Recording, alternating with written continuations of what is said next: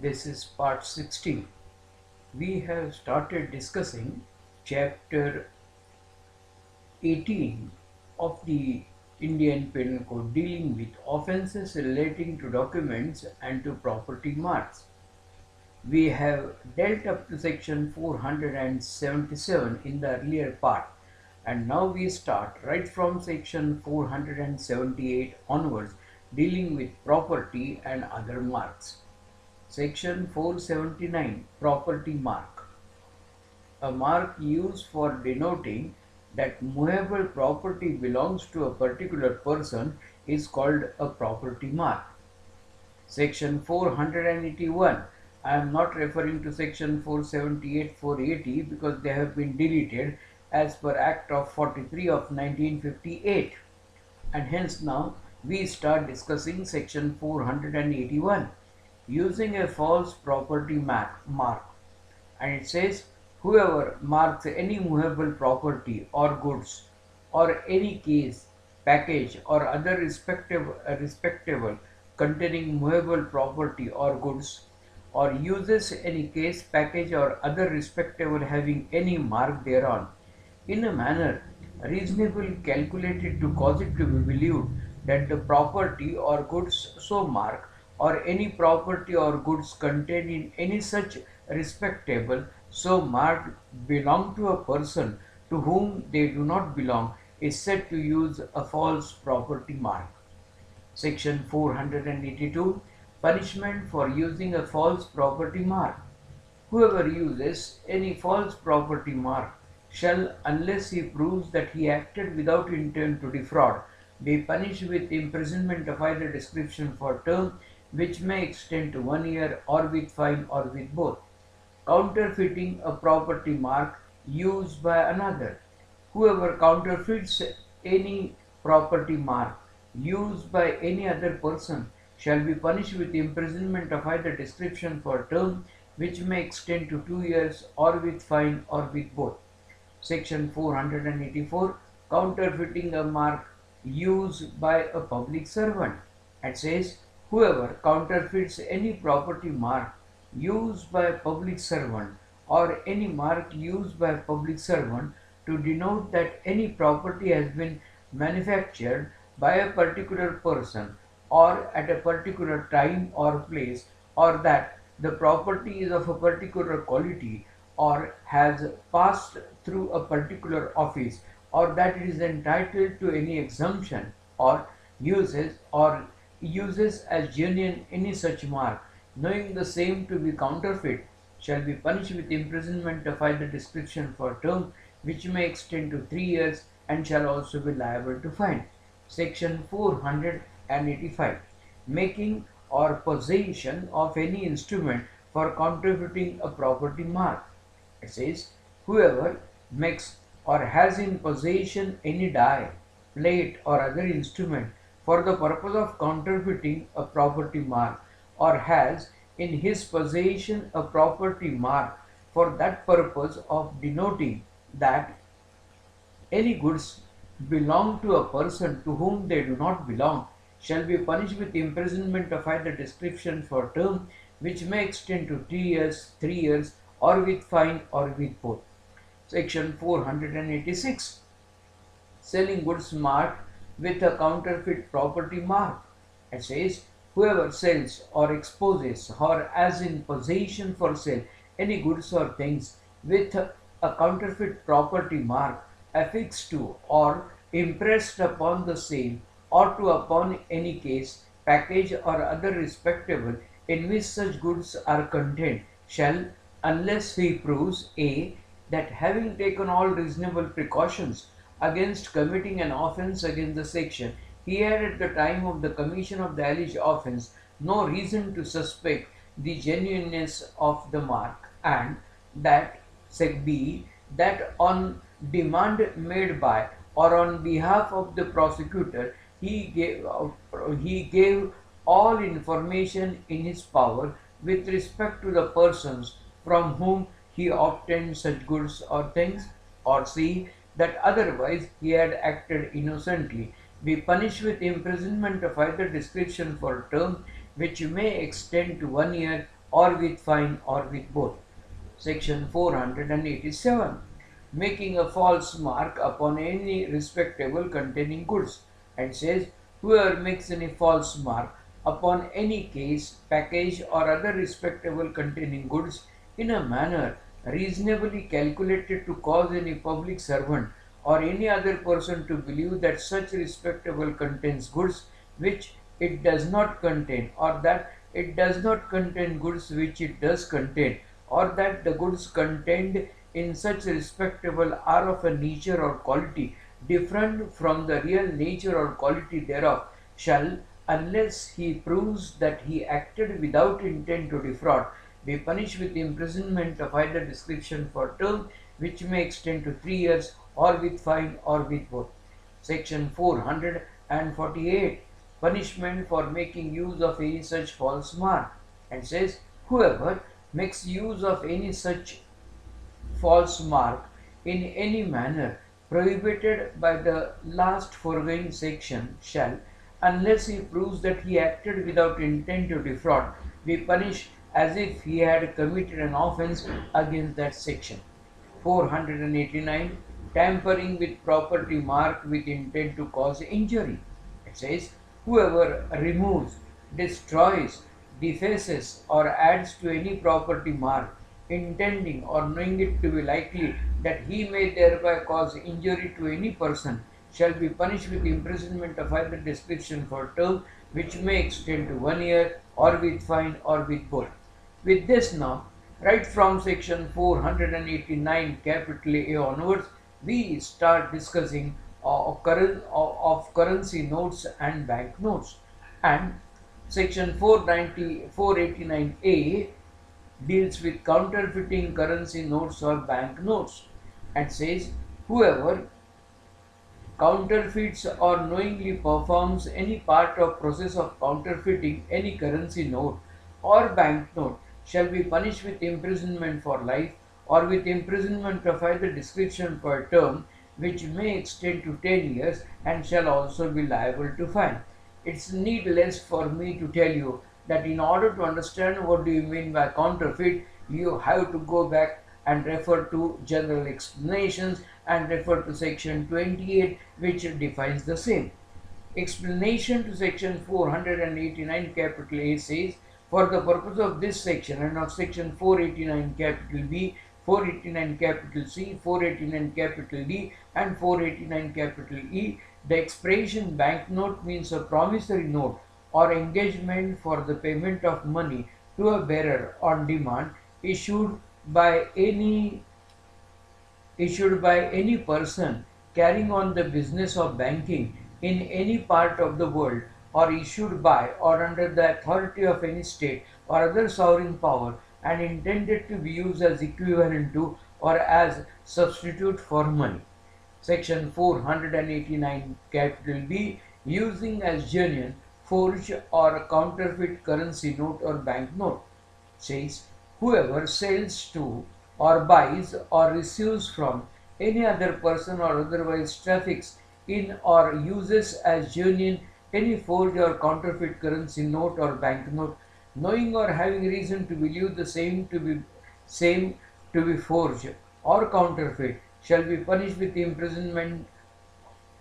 for life, or with imprisonment of either description for a term which may extend to 10 years, and shall also be liable to fine. Section 489 capital C, possession of forged or counterfeit currency notes or banknotes. It says whoever has in his possession any forged or counterfeit currency note or banknote, knowing or having reason to believe the same to be forged or counterfeit, and intending to use the same as genuine, or that it may be used as genuine, shall be punished with imprisonment of either description for term which may extend to 7 years, or with fine or with both.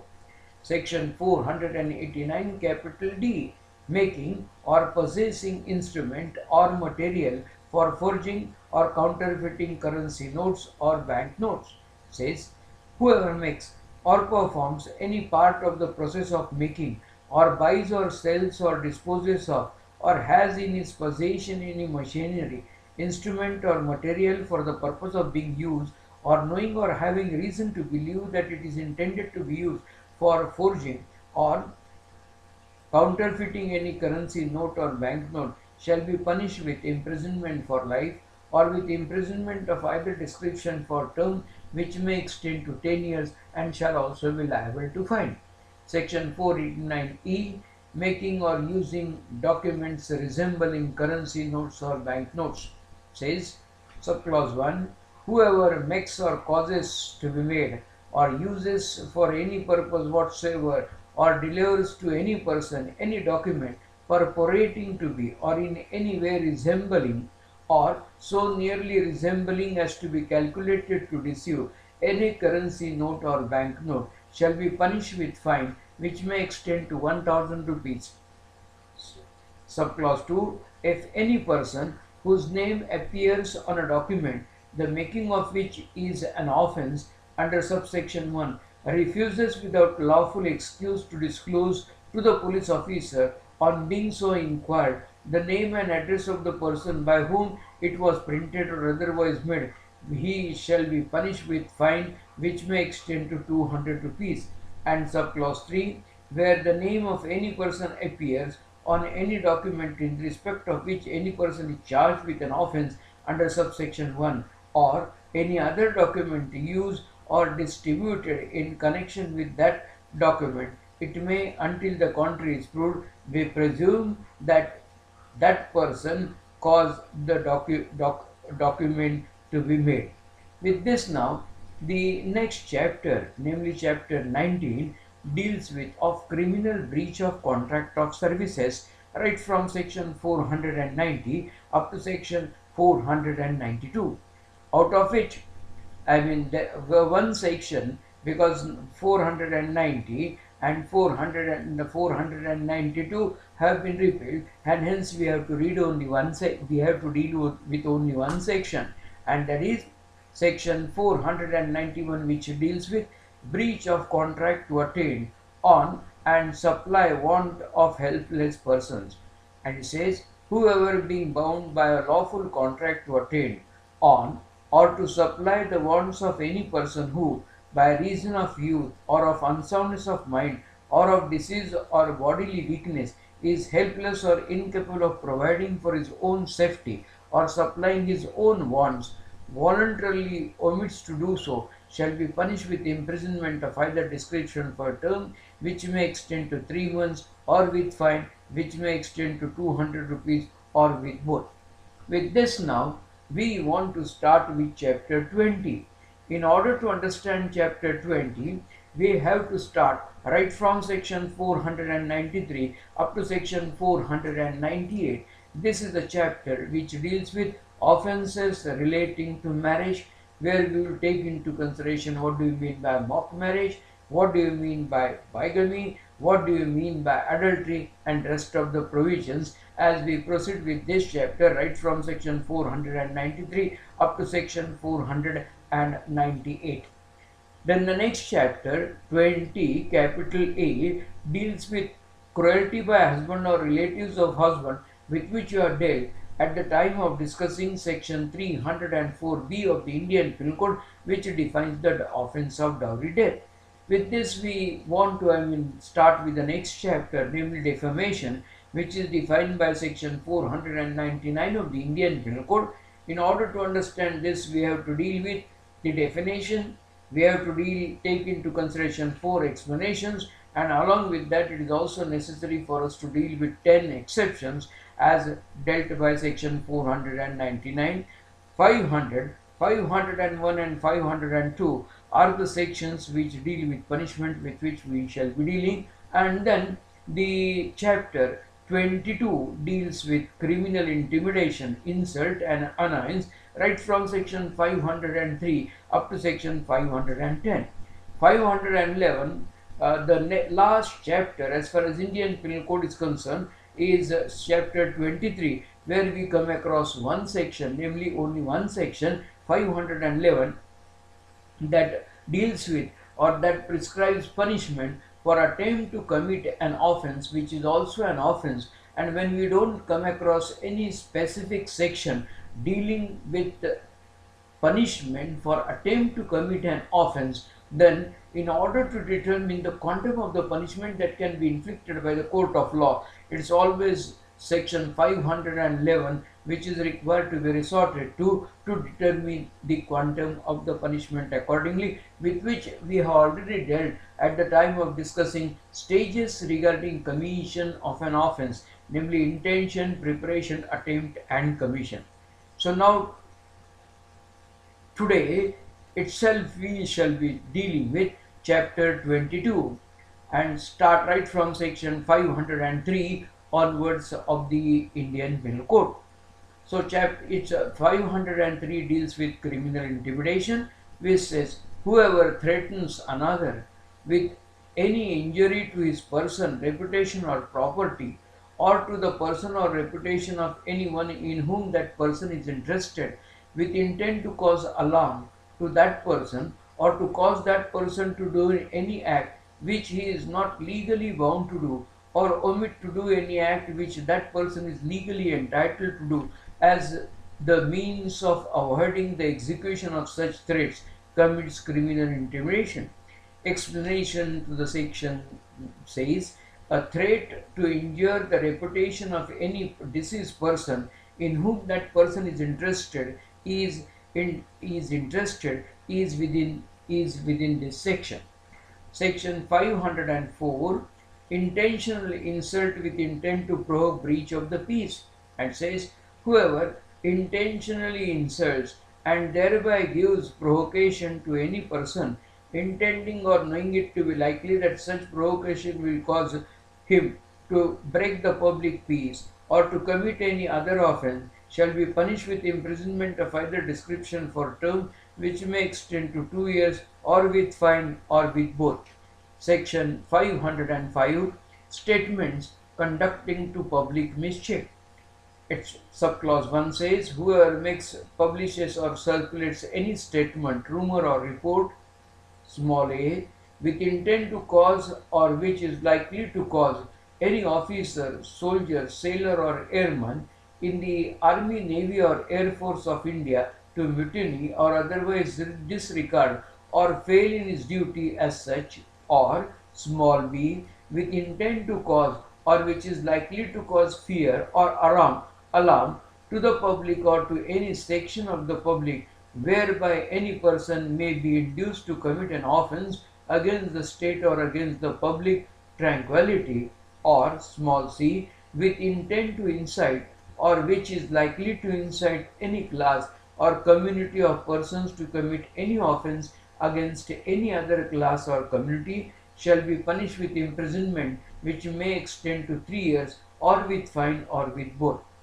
Subclause 2, statements creating or promoting enmity, hatred or ill will between classes, and says whoever makes, publishes or circulates any statement or report containing rumor or alarming news with intent to create or promote, or which is likely to create or promote on the grounds of religion, race, place of birth, residence, language, caste, community or any other ground whatsoever, feeling of enmity, hatred or ill will between different religious, racial, language or regional groups or caste or communities, shall be punished with imprisonment which may extend to 3 years, or with fine, or with bill.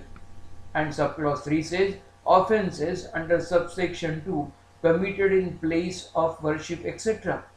and says whoever commits an offence specified in subsection 2 in any place of worship or in any assembly engaged in the performance of religious worship or religious ceremonies, shall be punished with imprisonment which may extend to 5 years, and shall also be liable to fine. Exception: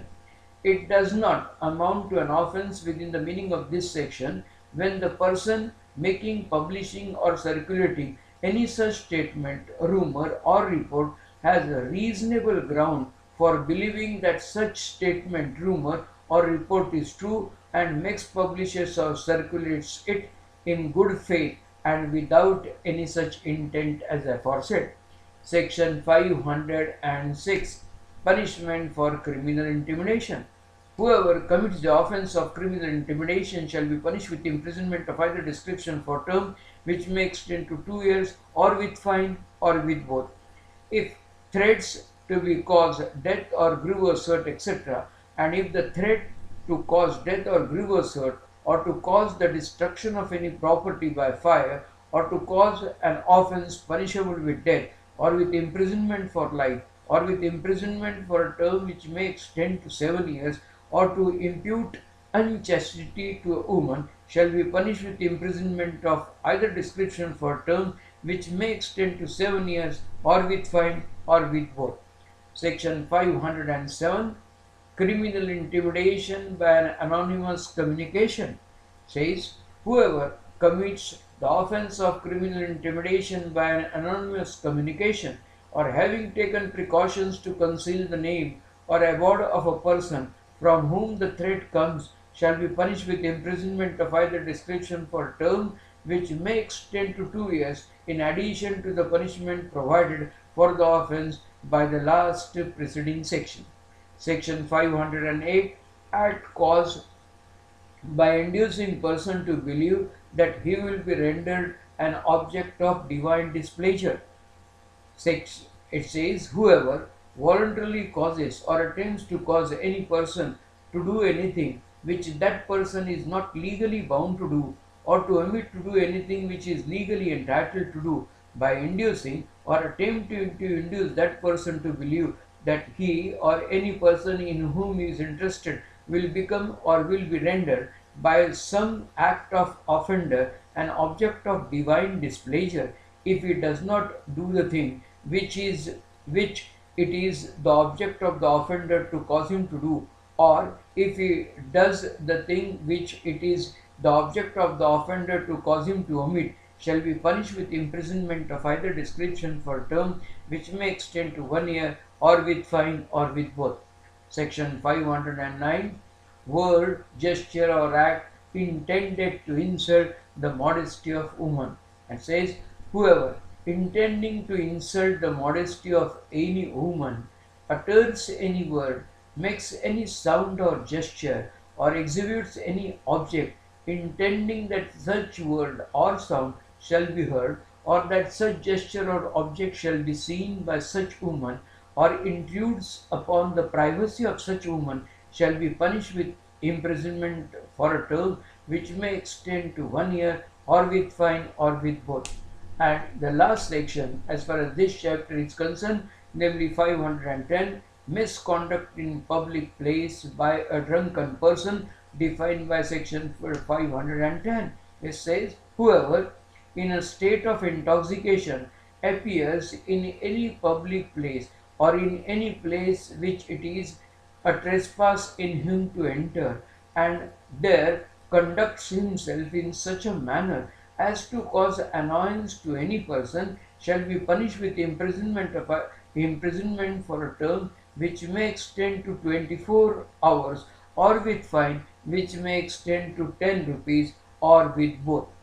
With this now we have to deal, in order to finish with the provisions of the Indian Penal Code, we have to, as I have told you, deal with only 2 chapters, namely right from section 493 up to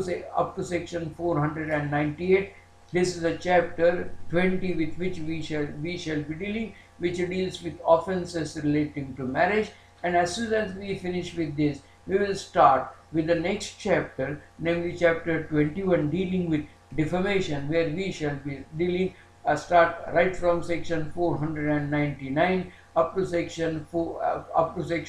502 of the Indian Penal Code. This discussion which we will continue as far as next part is concerned.